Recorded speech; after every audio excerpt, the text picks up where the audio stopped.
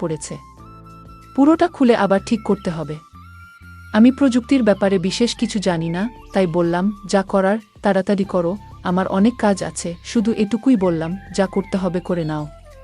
সে কিছু সময়ের জন্য বাইরে চলে গেল, হয়তো কোনো সরঞ্জাম বা অন্য কিছু আনতে। কিছুক্ষণ পরে সে ফিরে এলো এবং বলল, চলুন ভাবি। তার মুখে সামান্য হাসি ছিল, কিন্তু তার চোখে একটা অদ্ভুত ঝিলিক দেখলাম, যা আমার ঠিক বোঝা গেল না। এই কথা শুনে আমি একটু বিভ্রান্ত হয়ে গেলাম, কারণ সে আমাকে তার ঘরে নিয়ে যেতে চাইল। আমি যখন তার ঘরে গেলাম, তখন দেবর, আমার নাম পূজা, আমার বয়স 2-8 বছর। আমি দেখতে অনেক সুন্দর ছিলাম, গায়ের রং ছিল ফর্সা। আমার স্বামী বিদেশে যাওয়ার পর আমার দেবর সবসময় আমার সাথেই থাকত। দিন দিন তার ব্যবহার অনেকটা পরিবর্তন হতে থাকে। একদিন সে আমাকে এমন কিছু বলল, যা শুনে আমি তো অবাক হয়ে গেলাম। বন্ধুরা, আজকের গল্পটা অনেক বেশি স্পেশাল, আর আশা করছি তোমাদের ভালো লাগবে। গল্পগুলো ভালো লাগলে ভিডিওটি লাইক, শেয়ার এবং চ্যানেলটি সাবস্ক্রাইব করো প্লিজ। বিয়ের পর থেকেই সংসারে টানাপোড়েন ও প্রতিদিনের খরচের বোঝা ধীরে ধীরে আমার উপর পড়তে শুরু করল। বাড়ির অবস্থাও এমন ছিল না যে কোনো সাহায্য ছাড়া চলতে পারবো। বাধ্য হয়ে একদিন নিজেকে বললাম, কিছু একটা করতে হবে। যদিও আমি পড়াশোনায় তেমন কিছু জানি না, কোথাও চাকরি পাওয়া সম্ভব ছিল না, তাই ভাবলাম মহল্লার মহিলাদের কাপড় সেলাই করা শুরু করব। পুরনো সেলাই মেশিনটা, যা বিয়েতে পাওয়া দান উপহার হিসেবে এক কোণায় পড়েছিল, তা পরিষ্কার করতে লাগলাম। এরপর পাড়ায় জানিয়ে দিলাম, যাদের কাপড় সেলাই করতে হবে তারা আমার সাথে যোগাযোগ করতে পারে। ধীরে ধীরে খবর ছড়াতে লাগলো, আর কিছুদিনের মধ্যেই বেশ কয়েকটি অর্ডার আসা শুরু হলো। পাড়ার মহিলারা তাদের সালোয়ার, ওড়না, ব্লাউজ সেলাই করাতে আমার কাছে আসতে লাগলো। কাজটা ভালোভাবে করতে শিখে গেলাম, আর এই সেলাই দিয়েই প্রথমেই সংসারের খরচ চালাতে শুরু করলাম। সেলাই করতে করতে প্রায় আমার বাড়িতে মহিলারা ভিজিট করত, কারো মাপ নেওয়া, কারো ফিটিং ঠিক করা, কেউ আবার পুরনো কাপড় নতুন ফ্যাশনের সেলাই করাতে চাইত, আর কেউ কেউ শুধুই মন খুলে গল্প করতে আসত। ধীরে ধীরে এই সেলাইয়ের কাজের সঙ্গে তাদের সঙ্গেও এক ধরনের সম্পর্ক গড়ে উঠল। তারা আমাকে তাদের মনের কথা বলতো, সমস্যার কথা শেয়ার করত। এতে আমিও এক ধরনের সান্ত্বনা পেতাম, একটা উদ্দেশ্য খুঁজে পেলাম। দিনভর ব্যস্ত থাকার, নিজের কষ্ট ভুলে থাকার এই কাজ আমাকে বাঁচিয়ে রেখেছিল। সেলাইয়ের কাজ বাড়তে লাগলো। একজন মহিলা কাপড় দিতে আসলে আরেকজন নিতে চলে আসতো। আমার নিজের সন্তান ছিল না, তাই এই কাজের জন্য বাড়িটা সবসময় মহিলাদের হাসিতে ভরে থাকত।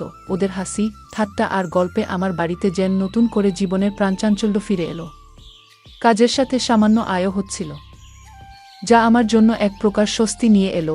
কিছু মাসের মধ্যেই আমার সেলাইয়ের দক্ষতার কথা আশেপাশের এলাকাতেও ছড়িয়ে পড়ল। এবার দূরের মহল্লা থেকেও মহিলারা তাদের কাপড় সেলাই করাতে আসতে লাগলো। কাজের চাপ এতটাই বেড়ে গেল যে একা সামলানো মুশকিল হয়ে পড়ল। প্রতিদিন ঘন্টার পর ঘন্টা মেশিনের সামনে বসে কাজ করতে করতে কাঁধ ব্যথা করতে শুরু করল। এমনকি আঙুলগুলোতেও ব্যথায় ফুলে যেত। শেষে পাড়ার কয়েকজন মেয়েকে সাহায্যের জন্য ডেকে নিলাম, যারা সেলাই শিখতে আগ্রহী বা কিছু আয় করতে চায়। আমি বললাম, তারা যেন নিজেদের সেলাই মেশিন নিয়ে এসে আমার সাথে কাজ করে। এর বিনিময়ে তারা সেলাই শিখবে এবং সামান্য পারিশ্রমিকও পাবে। কেউ কেউ সেলাই মেশিন প্রথমবার ধরেছিল। ধৈর্য ধরে তাদের কাপড় ঠিক করে বসানো, সুতো লাগানো এবং সোজা সেলাইয়ের কৌশল শেখাতাম তাদের। আশায় আমার কাজ অনেক হালকা হয়ে গেল। এখন বাড়িটা আরও প্রাণবন্ত লাগত। ওরা হাসত, গল্প করত, আর মাঝে মাঝে আমার সাহায্যে নতুন কিছু ডিজাইন শিখত। তাদের সাথে আত্মীয়তার মতো একটা সম্পর্ক গড়ে উঠেছিল। আমি তাদের সেলাই মেশিন চালানো শেখাচ্ছিলাম, আর ধীরে ধীরে কাজও দিতে শুরু করলাম। তবে নতুন বলে প্রায় ভুল করত। কখনো মেশিনে কাপড় আটকে যেত, কখনো সুতোর গিঁট ছিঁড়ে যেত বা আঙ্গুল ফুটত। প্রতিদিনই মেশিনের সমস্যা হতো, আর ঠিক করাতে আমার অনেকটা সময় চলে যেত। একদিন তাদের মধ্যে এক মেয়ের মেশিন আবার নষ্ট হয়ে গেল। কাপড় মেশিনে আটকে গেল। আমি নিজে থেকে চেষ্টা করলাম ওর মেশিনটা ঠিক করতে, কিন্তু সফল হলাম না। বাধ্য হয়ে আমি তাকে বললাম, আজ তুমি মেশিনটা ঠিক করিয়ে নিয়ে এসো, আজ আর কাজ করতে হবে না। মেয়েটি চলে যেতে প্রস্তুত হচ্ছিল, তখনই আমার দেবর বাড়িতে দুপুরের খাবারের জন্য এলো। আমি রান্নাঘরে গিয়ে তার জন্য খাবার গরম করতে লাগলাম। জানালা দিয়ে তাকিয়ে দেখি আমার দেবর সেই মেয়েটির সঙ্গে কিছু কথা বলছে। আমার দেবর মেয়েটিকে জিজ্ঞাসা করল, তুমি এত তাড়াতাড়ি ছুটি নিয়ে বাড়ি যাচ্ছ কেন? মেয়েটি বলল, আমার সেলাই কাপড় আটকে গিয়েছে, তাই মেশিন নষ্ট হয়ে গেছে। ভাবি নিজেই ছুটি দিয়েছেন, কাল বাইরে থেকে ঠিক করিয়ে তারপরেই কাজে আসব। মেয়েটির কথা শুনে আমার দেবর বলল, আরে বাইরে গিয়ে ঠিক করানোর কি দরকার, যখন বাড়িতেই লোক আছে? দেবরের কথা শুনে মেয়েটি থেমে গেল। সে বলল, তুমি যদি মেশিনটা ঠিক করে দাও তাহলে খুবই উপকার হবে, না হলে আমাকে বাবাকে বলেই বড় বাজারে পাঠাতে হবে। আর বাবাকে সাইকেলে মেশিন নিয়ে যেতে অনেক কষ্ট হবে। মেয়েটির কথা শুনে আমার দেবর মেশিনটা পরীক্ষা করতে লাগলো, বলল, তোমার মেশিনে তো মরচে ধরে গেছে, এটা পুরোপুরি আটকে গেছে, ভালোভাবে খুলে ঠিক করতে হবে। মেয়েটি অবাক হয়ে বলল, তাহলে তুমি ঠিক করতে পারবে না? দেবর হেসে বলল, না না, আমি এই কাজ ভালোই জানি। মেয়েটি খুশি হয়ে পাশে বসে পড়ল এবং বলল, আমার একটা সেলাইয়ের কাজ করতে হবে, তাড়াতাড়ি করে দাও প্লিজ। দেবর তখন বলল, মেশিনটা আমার ঘরে নিয়ে এসো, আমি ওখানেই ঠিক করব। মেয়েটি একটু দ্বিধায় পড়ে গেল। তখন দেবর বলল, আমার সব সরঞ্জাম ঘরেই আছে, তাই মেশিন ঠিকঠাক করার জন্য ওখানে নিয়ে যেতে হবে। দেবর বলল, আমি ঘরেই ঠিক করে দিচ্ছি। মেয়েটি মেশিন নিয়ে তার ঘরে গেল। আমি খাবার গরম করে বাইরে রাখলাম, কিন্তু অনেকক্ষণ কেটে গেলেও দেবর এবং সেই মেয়েটি ঘর থেকে বের হচ্ছিল না। দুজনেই তরুণ, তাই চিন্তায় পড়ে গেলাম। কিছুক্ষণ অপেক্ষা করলাম, কারণ দেবরের উপর সন্দেহ করতে চাইনি। তবু দীর্ঘ সময় পর ধৈর্য হারিয়ে অবশেষে দেবরের ঘরের দিকে যাওয়ার সিদ্ধান্ত নিলাম। ঠিক তখনই মেয়েটি সেলাই মেশিন নিয়ে বাইরে বেরিয়ে এসে বলল, ভাবি, মেশিন ঠিক হয়ে গেছে। ওর কথা শুনে আমারও স্বস্তি হলো এবং আমরা নিজেদের কাজে ফিরে গেলাম। কিন্তু আমি মনে মনে ভাবছিলাম, দেবর এতক্ষণ ঘরে কি করছিল। কিছুক্ষণ পরে দেবরও ঘর থেকে বেরিয়ে এসে বিছানায় বসে খাবার খেতে লাগল। এর মধ্যে বাড়ির বিয়ের জন্য প্রচুর কাপড় সেলাইয়ের অর্ডার পেয়েছিলাম, আর সময় খুব কম ছিল বলে কিছুটা দুশ্চিন্তা ছিলাম। কিন্তু দেবর দ্রুত মেয়েটির মেশিন ঠিক করে দেওয়ায় কাজ সহজ হয়ে গেল। খাওয়া শেষ করে দেবর মজা করে বলল, যার মেশিন নষ্ট হবে, আমি আছি। আমি হেসে উঠলাম। এই সেলাই কাজ থেকে এখন বেশ ভালো আয় হচ্ছিল, তাই মনও বেশ ভালো ছিল। বিয়ের 9 বছর কেটে গেছে, আর স্বামী বিয়ের কিছুদিন পরেই বিদেশে কাজের জন্য চলে গিয়েছিল। প্রায় 3 বছর ধরে সে দুবাইতে আছে। 6 মাস বা বছরে একবার ফিরত ছুটি পেলেই স্বামী বাড়িতে আসত। সপ্তাহখানেক থেকে আবার দুবাই ফিরে যেত। বাড়িতে শ্বশুর, শাশুড়ি আর এক দেবর ছিল। শ্বশুর শাশুড়ি ছিলেন বয়স্ক এবং প্রায় অসুস্থ থাকতেন। দিনের বেশিরভাগ সময় নিজেদের ঘরেই থাকতেন। দেবর খুবই ভালো ছেলে ছিল। বয়স মাত্র 20 হলেও সে নিজেই একটি দোকান খুলেছিল, যেখানে মেশিন মেরামতের কাজ করত। আমি ওকে বলতাম, তুমি এখনো ছোট, পড়াশোনা করাটাই দরকার। কিন্তু সে বলতো, ভাবি, সংসার তো চলাতে হবে, কতদিন আর সব দায়িত্ব ভাইদের উপর ফেলে রাখা যাবে? ভাই বিদেশে আছে, বাড়িটাও ভাড়ার। মা বাবা অসুস্থ, তাই আমাকে কাজ করতেই হবে। সাধারণত দেবর দিনের বেশিরভাগ সময় দোকানেই থাকত, তবে মাঝে মধ্যে বাড়িতেও আসত, আর আমি নিশ্চিন্তে থাকতাম। দেবর বাড়িতে এলেই এখানে ওখানে ছোটখাটো কাজগুলো করে দিত। আমার সাথে বসে অনেক গল্প করত। মেয়েরা যেসব মেশিন নিয়ে আসত তা প্রায়ই নষ্ট হয়ে যেত, আর আমি দেবরকে বললেই সে দ্রুত ঠিক করে দিত। একদিন আমি সেলাই করছিলাম, আবারও সেই মেয়েটির মেশিন নষ্ট হয়ে গেল। এতে আমার রাগ উঠে গেল। বললাম, তুমি এত বড় হলে, কতদিন ধরে তোমার সেলাই শেখাচ্ছি, অথচ এখনো কিছুই শিখতে পারিনি। আমার রাগ দেখে মেয়েটি কেঁদে ফেল। আমি ওকে বললাম, তোমার মেশিন নিয়ে যাও এবং বাড়ি যাও। কিন্তু ঠিক সেই সময় আমার দেবর বাড়িতে এলো, আর মেয়েটিকে কাঁদতে দেখে বলল, ভাবি, ও কাঁদছে কেন? দেবর আশেপাশের সব মেয়েদের চিনত, তাই ওদের ব্যাপারে খোঁজখবর নিত। আমি বিরক্ত হয়ে বললাম, এই মেয়েটি আমাকে খুবই বিরক্ত করছে। মনে হচ্ছে ওকে কাজ থেকে বাদ দিয়ে দিই। ইচ্ছে করেই মেশিন নষ্ট করে ফেলে। আমার কথা শুনে দেবর হেসে ফেল। আমি রাগের মধ্যে ছিলাম, তাই ওকে একটু বকাও দিলাম। দেবর বলল, ভাবি, এর কোনো দোষ নেই। আজকালকার মেশিনগুলোই এমন, সহজে খারাপ হয়ে যায়। পুরনো দিনের মেশিন কিনলে তার অনেক বছর পর্যন্ত কোনো সমস্যা হতো না। এখন তো সবকিছুই লোকাল মানের। দেবরের কথা শুনে আমি ওর দিকে তাকালাম। সে তখন পকেট থেকে মোবাইল বের করে বলল, ভাবি, দাদার কল এসেছে, আপনি কথা বলবেন, আপনার রাগও মিটে যাবে। স্বামীর কথা শুনে আমি হেসে ফেললাম। দেবর খুবই দুষ্ট ছিল। মাঝে মাঝেই আমাকে মজা করত। আসলে কয়েকদিন ধরে আমার স্বামীর সাথে কথাই হয়নি, হয়তো কাজের জন্য ব্যস্ত ছিল। প্রায় প্রতিদিনই দেবরকে বলতাম, দাদার সাথে একটা কল লাগিয়ে দাও। কিন্তু সে প্রতিবারই বলতো, ভাবি, আজ মোবাইলে টাকা নেই, কাল কথা বলিয়ে দেব। তবে বেশ কিছুদিন পার হয়ে গেলেও সে কলটা করে দেয়নি। হয়তো সত্যিই ওর মোবাইলে টাকা ছিল না। কিন্তু আজ দেবর আমাকে মোবাইলটা ধরিয়ে দিতেই সবকিছু ভুলে গেলাম। মোবাইল হাতে নিয়ে নিজের ঘরে গিয়ে স্বামীর সঙ্গে কথা বলতে শুরু করলাম। বহুদিন ধরেই কথা হচ্ছিল না, তাই অনেক প্রয়োজনীয় কথা বলার ছিল। প্রায় 1-5 মিনিট পর কথা শেষ করে যখন কল কাটতে যাচ্ছিলাম, তখন স্বামী বললেন, মা বাবার সাথেও একটু কথা বলিয়ে দাও। আমি মোবাইলটি নিয়ে শ্বশুর শাশুড়ির ঘরে গিয়ে আমার স্বামীর সঙ্গে কথা বলালাম। তারা বেশ খুশি হলেন। সেখান থেকে বেরিয়ে এসে দেখলাম দেবর বাইরে নেই। এক মেয়ে বলল, ও এখনও তানিয়ার মেশিন ঠিক করছে। আর ওর ঘরের দিকে ইশারা করল। আমি কিছুটা অবাক হলাম, কারণ এতক্ষণ ধরে ওরা ঘরের ভেতরেই ছিল। ঠিক তখন মনে পড়ল আমি এখনও দেবরের জন্য খাবার গরম করিনি। নিজের মাথায় হাত ঠেকালাম। স্বামীর সঙ্গে কথা বলার ফাঁকে দেবরের খাবার দেওয়ার কথাই ভুলে গিয়েছিলাম। দেবর যখন বাইরে এলো তখন আমি বললাম, তুমি বসো, আমি তোমার জন্য খাবার গরম করে আনি। কিন্তু দেবর বলল, না ভাবি, আমার পেট ভরে গেছে, আজ খাবো না। হেসে সে বাইরে চলে গেল। আর আমি একটু অবাক হয়ে মেশিনের পাশে বসে ভাবতে লাগলাম, আসলে ও কোথায় গিয়ে পেট ভরালো।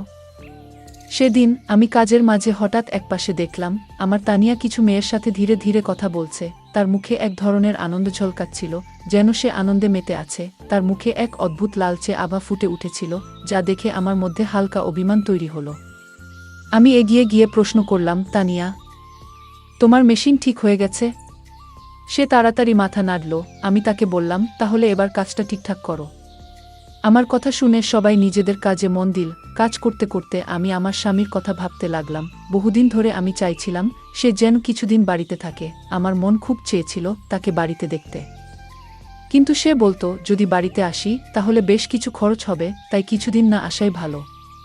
আমি জানতাম সে আমাদের ভবিষ্যতের জন্য প্রতিটি টাকার হিসাব করছে, যাতে আমাদের ভবিষ্যৎ আরও ভালো হয়। কিন্তু তবু তার দূরত্ব আমাকে কষ্ট দিচ্ছিল। মনে মনে ভাবতাম, সে যদি প্রতিদিন বাড়ি ফিরত আমার সাথে থাকতো তাহলে কেমন হতো।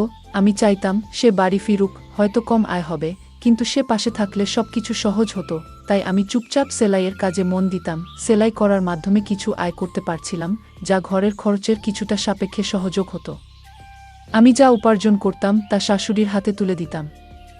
এতে সব মুখে হাসি ফুটে উঠত, আর আমার সময়টাও ভালো কেটে যেত। সেলাইয়ের কাজে নিয়োজিত মেয়েদের মেশিনগুলো প্রায়শই নষ্ট হয়ে যাচ্ছিল। অনেকবার বুঝিয়ে বলেছিলাম মেশিনগুলো ঠিকভাবে চালানো শিখতে হবে, কিন্তু প্রতিদিনই কারো না কারো মেশিনে কোনো না কোনো সমস্যা দেখা দিত। ভাবছিলাম, যদি মেশিন ঠিক করার কাজটাও শিখতে পারতাম তাহলে কেমন হতো। কিন্তু আমি তেমন শিক্ষিত নই, তাই এ ধরনের কাজ শেখার সাহস পাইনি। এই মেশিনগুলো আগে আমার শাশুড়ি চালাতেন। তিনি আমাদের সংসারের খরচ মেটানোর জন্যই সেলাই করতেন। কিন্তু আমার বিয়ের পরপরই শাশুড়ি অসুস্থ হয়ে পড়লেন, আর তখনই আমার স্বামী বিদেশে চলে গেলেন। আমি তখন ভাবলাম সেলাইয়ের কাজটি আমিই করব। এতে সংসারের জন্য কিছু টাকা আসবে, কিন্তু বুঝতে পারিনি যে এর সাথে কিছু বাড়তি সমস্যাও আসবে। সেদিনটাতে আমার খুব ভালো লাগছিল, কারণ সকালে আমার স্বামীর ফোন এসেছিল। স্বামীর খবর পেয়ে মনটা খুশিতে ভরে গিয়েছিল। তবে কাজের মধ্যে ঠিক তখনই আমাদের পাড়ার এক মহিলা এলেন। তিনি বললেন, আমার মেয়ের বিয়ে, আমি চাই তুমি বিয়ের জন্য প্রয়োজনীয় সব পোশাক সেলাই করে দাও। আমার হাতে তখন তেমন কাজ ছিল না, তাই তার কথা শুনে বেশ আনন্দ পেলাম। হাসি মুখে তাকে বললাম, আমার বেশ কয়েকজন মেয়ে আছে কাজ শেখার জন্য, আমরা একসঙ্গে কাজ করে সময় মতো সব পোশাক তৈরি করে দেব। তিনি আমাকে অনেক আশীর্বাদ দিয়ে চলে গেলেন, আর তার যাবার পর আমি সেলাই শেখার মেয়েদের সঙ্গে বসে কাজ ভাগাভাগি করলাম। সেদিন কাজের চাপ ছিল অনেক, আর সময় ছিল খুব কম। তাই আমি মেয়েদের বললাম, সবাই নিজের মেশিন ঠিকভাবে চালাবে। যদি কাজের মাঝে কারো মেশিন নষ্ট হয় তবে তাকে এই কাজ থেকে বাদ দিতে হবে। আমার কথা শুনে এক মেয়ে মৃদু হেসে বলল, ভাবি, আজ আপনার ছোট দেবর আসবে না? আমরা তার মাধ্যমেই আমাদের মেশিনগুলো ঠিক করিয়ে নেব। মেয়েটির মুখে চাপা হাসি ছিল, যার অর্থ আমি তখন পুরোপুরি বুঝতে পারিনি। আমি তখন কাপড়গুলো যাচাই করছিলাম, তাই বললাম, হ্যাঁ ঠিক আছে, দ্রুত মেশিনগুলো ঠিক করে নাও। এই কথায় সবাই যেন খুশি হয়ে উঠল। দুপুরে ছোট দেবর এলে মেয়েরা তার চারপাশে ঘিরে ধরল। সে বলল, আমি কি সব মেশিন ঠিক করার দায়িত্ব নিয়েছি? যাও, অন্য কারো কাছে নিয়ে যাও। তবু হাসতে হাসতে সে তাদের সাহায্য করতে লাগল। আমি এই দৃশ্য দেখে মৃদু হেসে ফেললাম, আর মেয়েরা একটু মন খারাপ করল। তারপর মেয়েরা মজার ছলে বলল, আমরা তো তোমার জন্য কিছু করতে চাই, আমরা তো বিনিময়ে কিছু দিতে চাই। হাসতে হাসতে আমার ছোট দেবর বলল, আচ্ছা তাহলে কিছু দিতেই হবে। তখন এক মেয়ে বলে উঠল, যেদিন তোমার বিয়ে হবে আমরা তোমার বউয়ের জন্য সেরা পোশাকটি সেলাই করে দেব।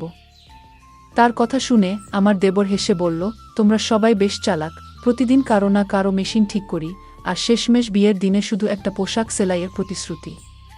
দেবরের কথা শুনে আমি হেসে উঠলাম। সে বলল, তোমাদের সেলাই এখন পুরোপুরি নিখুঁত নয়, তাই মাফ করো, আমার ভাবি আমার হবু স্ত্রীর জন্য পোশাক বানাবে। কথাটি বলে সে আমার দিকে তাকালো। আমি হেসে মেয়েদের বললাম, আমার ছোট দেবর এখনো খুব ছোট। তখন এক মেয়ে অবাক হয়ে বলল, ভাবি, কিন্তু ও তো দেখতে বেশ লম্বা। আমার দেবর মজার ছলে আমার দিকে তাকিয়েছিল, যেন আমার জবাব শোনার জন্যই অপেক্ষা করছিল। আমি জানতাম সে আসলে বয়সে বেশ তরুণ, পরিবারের দায়িত্ব নেয়ার জন্য সে প্রস্তুত নয়, আর্থিক পরিস্থিতিও তেমন ভালো নয়। আমার স্বামীও বিয়ের পর আমাদের ভবিষ্যৎ গড়ার জন্য দূরে চলে গিয়েছিল, আমিও চেয়েছিলাম না যে ভবিষ্যতে আমার দেবরের স্ত্রীও একই দূরত্বের কষ্টে থাকুক।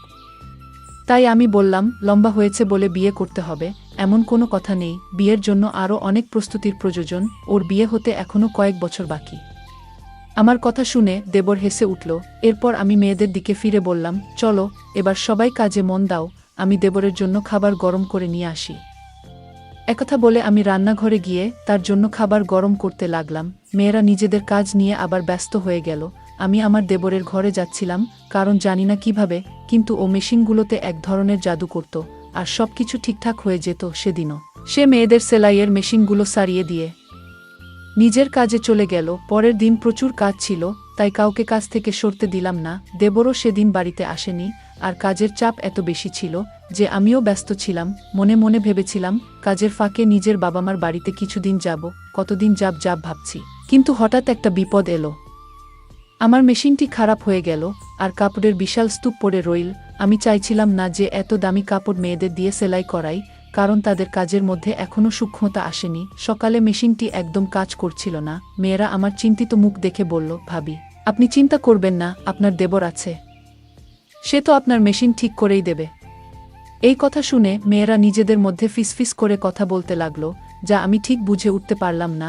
কয়েকদিন ধরে লক্ষ্য করছিলাম, দেবর সারাদিন বাইরে থাকত, কিন্তু দুপুরে খাবার খেতে এলেই মেয়েরা যেন কোনো বাহানায় তার আশেপাশে ঘুরঘুর করত, সবার কাজ ছেড়ে যেন তার উপস্থিতিতে একটু আনন্দ খুঁজে পেত।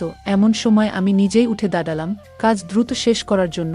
সেদিন কাজের চাপ এত বেশি ছিল যে মেয়েদের আচরণে খুব একটা খেয়াল করতে পারিনি, কিন্তু যখন থেকে আমার দেবর মেয়েদের মেশিনগুলো ঠিক করে দিতে শুরু করলো, তখন থেকে তারা প্রায় প্রতিদিন কাজ শেষে কিছু না কিছু খাবার নিয়ে আসতে লাগলো।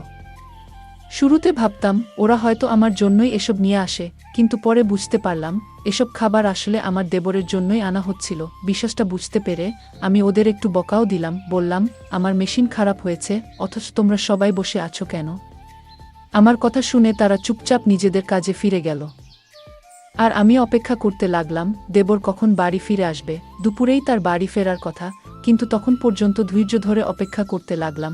আমার কাছে কোনো মোবাইল ছিল না, আর আমি মোবাইল চালাতেও জানতাম না, তাই ফাঁকা সময়টা কাটানোর জন্য রান্নাঘরে গিয়ে কিছু সবজি কেটে বসেছিলাম। তখনই শুনতে পেলাম তানিয়া মৃদুস্বরে আরেক মেয়েকে বলছে, ভাবির বদলে যদি আমার মেশিনটাই আজ নষ্ট হতো। কথাটা শুনে আরেক মেয়ে চুপিসারে হাসি চেপে ফেল, আর আমি তানিয়ার দিকে অবাক হয়ে তাকিয়ে রইলাম। ওর চোখে এক ধরনের আকাঙ্ক্ষা ছিল। হঠাৎ মনে পড়ল তানিয়ার মেশিন প্রথম নষ্ট হয়েছিল, আর সেই কারণেই আমার দেবর তার মেশিন ঠিক করার জন্য নিজের ঘরে নিয়ে গিয়েছিল। এই পুরো ব্যাপারটা আমাকে একটু চিন্তায় ফেলে দিয়েছিল। দুপুরের দিকে আমার দেবর বাড়ি এলো, আমি তার জন্য অপেক্ষা করছিলাম। সে বাড়িতে পা রাখতেই আমি বললাম, আজ আমার সেলাই মেশিনটা নষ্ট হয়ে গেছে, তাড়াতাড়ি এটা ঠিক করে দাও। আমি মেশিনের দিকে ইশারা করলাম, আর সে একবার আমার দিকে তাকিয়ে মেশিনের কাছে গেল। আমি বললাম, আগে ঠিকঠাক কাজ করছিল, কিন্তু আজ সকালে দেখি কাপড় আটকে যাচ্ছে। দেবর মেশিনটা চালিয়ে দেখে বলল, ভাবি, আপনার মেশিনে তো মরচে ধরেছে, পুরোটা খুলে আবার ঠিক করতে হবে।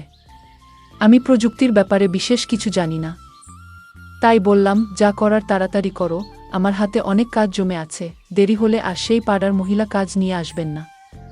আমার কথা শুনে দেবর আশ্বস্ত করে বলল, ভাবি, আপনি চিন্তা করবেন না, আমি আছি তো, আমি ঠিক করে দিচ্ছি।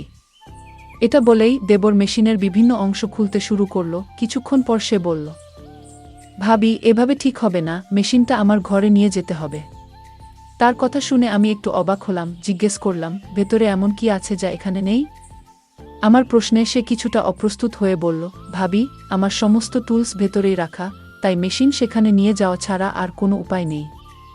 তখন আমি বললাম, আমি তোমার সমস্ত টুলস বাইরে নিয়ে আসি। কিন্তু সে বলল, ভাবি, সেগুলো খুব ভারী, আপনি একা তুলতে পারবেন না, মেশিন ঠিক করাতে চাইলে ঘরেই নিয়ে যেতে হবে। তার কথা শুনে আমি কিছুটা অনুভব করলাম, কারণ আজই আমার মেশিনটি ঠিক করানো দরকার ছিল। তারপর কোনো উপায় না দেখে মেশিনটি তার ঘরে নিয়ে যাওয়ার জন্য রাজি হলাম।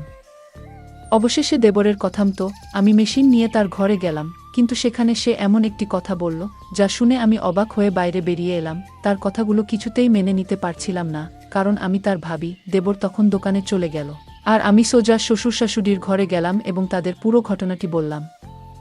শাশুড়ি বললেন, ছোট ছেলে না বুঝে হয়তো এভাবে বলেছে, আমরা তাকে বুঝিয়ে দেব। কিন্তু আমি বললাম, আপনারা যাকে ছোট বলছেন সে এখন প্রাপ্তবয়স্ক, এরকম কিছু ঘটার আগেই ওর জন্য কোনো ভালো মেয়ে দেখে বিয়ে ঠিক করে ফেলা উচিত। শাশুড়ি চিন্তিত হয়ে বললেন, কিন্তু মেয়ে কোথায় পাবো? আমি হাসি চাপিয়ে বললাম, এই নিয়ে ভাববেন না, আপনার ছোট ছেলে ইতিমধ্যেই নিজের পছন্দের মেয়েটিকে ঠিক করে ফেলেছে। আমি শাশুড়িকে কথা জানালাম। শাশুড়ি ও শ্বশুর অবাক হয়ে তাকালেন। পরের দিন তারা দেবরের সঙ্গে কথা বললেন এবং যখন তানিয়ার প্রসঙ্গ তুললেন, দেবর যেন সেই কথার জন্যই অপেক্ষায় ছিল। সে হাসিমুখে আমার দিকে তাকিয়ে জানিয়ে দিল যে সে রাজি। কিছুদিন পর আমি নিজেই তানিয়ার বাড়িতে গিয়ে তাদের সঙ্গে এ বিষয়ে কথা বললাম। তাদেরও আপত্তি ছিল না। কয়েক মাসের মধ্যেই আমার দেবরের বিয়ে সম্পন্ন হয়ে গেল। এই ঘটনায় বুঝেছিলাম, ছেলেরা যখন নিজেরা নেয়া, তখন তাদের পথ দেখানোই ভালো। ছেলে বা মেয়ে যখন প্রাপ্তবয়স্ক হয়ে যায়, তখন তাদের বিয়েতে দেরি না করাই ভালো, না হলে নানা সমস্যা দেখা দিতে পারে। তানিয়া যখন আমাদের বাড়িতে বউ হয়ে এলো, তখন সে আমার সঙ্গে মিলে সেলাইয়ের কাজে হাত লাগালো। আমাদের বাড়ির আয়ও এতে দ্বিগুণ হলো। গল্পের মূল চরিত্র পূজার জীবন নানা চ্যালেঞ্জে পূর্ণ। বিয়ের পর সংসারের আর্থিক অবস্থা খারাপ দেখে সে নিজে কিছু করার সিদ্ধান্ত নেয়। এই গল্প আমাদের শেখায় যে আমাদের নিজেদের পরিস্থিতি উন্নতির জন্য সর্বদা পরিশ্রম করতে পিছিয়ে পড়া উচিত নয়। পূজা উচ্চশিক্ষা না থাকা সত্ত্বেও সেলাইয়ের মাধ্যমে সংসারের খরচ চালাতে শুরু করে, যা প্রমাণ করে যে সীমিত সম্পদেও পরিশ্রম আর ইচ্ছাশক্তি থাকলে নিজেকে প্রতিষ্ঠিত করা সম্ভব। পূজার জীবন নানা কঠিন পরিস্থিতির মধ্য দিয়ে গেছে। স্বামী বিদেশে কাজ করতে যাওয়ার পর সংসারের দায়িত্ব তার উপরই এসে পড়ে। তবু সে হার মানেনি এবং জীবনে একটি ইতিবাচক মনোভাব বজায় রেখেছিল। ধৈর্য এবং পরিস্থিতির সঙ্গে মানিয়ে চলার দক্ষতা খুবই গুরুত্বপূর্ণ, যা পূজা আমাদের শেখায়। সে আমাদের দেখায় যে কঠিন পরিস্থিতিতেও ইতিবাচক থেকে সমাধান খুঁজে বের করা যায়। সেলাইয়ের কাজ বাড়তে থাকলে পূজার মাথায় পাড়ার মেয়েদের সাহায্য নেওয়ার ভাবনা আসে। সে তাদের সেলাই শেখায় এবং আয়ের সুযোগ দেয়। এতে বোঝা যায়, আশেপাশের মানুষদের সহায়তা করলে অনেক সমস্যার সহজে সমাধান করা যায়। পূজা এই উদ্যোগের মাধ্যমে অন্যদের আয়ের পথ তৈরি করে, যা অনুপ্রেরণামূলক। গল্পে পূজার দেবরও পরিবারের দায়িত্বশীল সদস্য। সে পড়াশোনার পরিবর্তে কাজকে প্রাধান্য দেয়া, সংসারের খরচে সাহায্য করতে। এতে বোঝা যায়, সময় ও পরিস্থিতির প্রয়োজনে সঠিক সিদ্ধান্ত নেওয়া জরুরি। মানুষের জীবনের সঠিক অগ্রাধিকার নির্ধারণ গুরুত্বপূর্ণ। পূজা কাজের মেয়েদের প্রতি সংবেদনশীল ও দায়িত্বশীল ছিল। শুধু সেলাই শেখানো নয়, তাদের ছোটখাট সমস্যা বোঝারও চেষ্টা করত। তার এই গুণ শেখায় অন্যের অনুভূতি সম্মান করার সঠিক মানবিক সম্পর্ক। সহযোগ চ্যালেঞ্জ আসলেও পূজা আত্মসম্মান বজায় রেখে কাজ চালিয়ে গেছে এবং অন্যদের সহায়তা নিয়ে নিজেকে দুর্বল মনে করেনি। এটি বোঝায় আত্মসম্মান ও আস্থা সাফল্যের মূল। পূজার স্বামী দূরে থাকলেও তার দেবর পাশে থেকেছে, যা শেখায় পরিবারের সহায়তা জীবনের অনেক সমস্যায় সহজ করে তোলে। পূজার সেলাইয়ের কাজ বাড়লে সে আশপাশের মেয়েদের কাজে যুক্ত করে, যা সহযোগিতার মনোভাবের উদাহরণ। এভাবে সে নিজের উন্নতির পাশাপাশি তাদের জীবিকাও রক্ষা করে। গল্পটি শেখায় যে এগিয়ে যেতে সঠিক সিদ্ধান্ত ও সহানুভূতি গুরুত্বপূর্ণ। পূজার কাজে আশেপাশের মহিলারা যুক্ত হওয়ায় তার ঘর শুধু সেলাইয়ের জায়গা নয়, সমস্যাগুলো শেয়ার করার স্থানও হয়ে ওঠে। এটি সমাজে সংযোগ ও সহযোগিতার বার্তা দেয় এবং ঐক্য বজায় রাখা উচিত। পূজার গল্প শেখায় যে আমাদের লুকিয়ে থাকা প্রতিভা চিনে কাজে লাগালে তা এগিয়ে চলার পথ হতে পারে। সে সেলাইকে আর্থিক বাধ্যবাধকতা থেকে সুযোগে রূপান্তরিত করেছে, যা চ্যালেঞ্জের সুযোগ খোঁজার প্রেরণা দেয়। এই গল্প থেকে শেখা যায়, পরিশ্রম, ধৈর্য, সহযোগিতা, আত্মমর্যাদা এবং ইতিবাচকতার সাথে আমরা কঠিন পরিস্থিতি মোকাবিলা করতে পারি। সম্পর্কের গুরুত্ব ও সমাজের সংযোগ আমাদের সবার জন্য একটি ভালো জীবন গড়ে তুলতে সাহায্য করে। বন্ধুরা, যদি এই গল্পটি ভালো লেগে থাকে তাহলে দয়া করে ভিডিওটি লাইক করুন এবং আমাদের চ্যানেলটি সাবস্ক্রাইব করুন। পাশে থাকা বেল আইকনটি প্রেস করুন, যাতে করে আমরা যখনই নতুন ভিডিও আপলোড করি তার নোটিফিকেশন সবার আগে আপনার কাছে পৌঁছে যায়। ধন্যবাদ। দেখা হবে আমাদের পরবর্তী ভিডিওতে।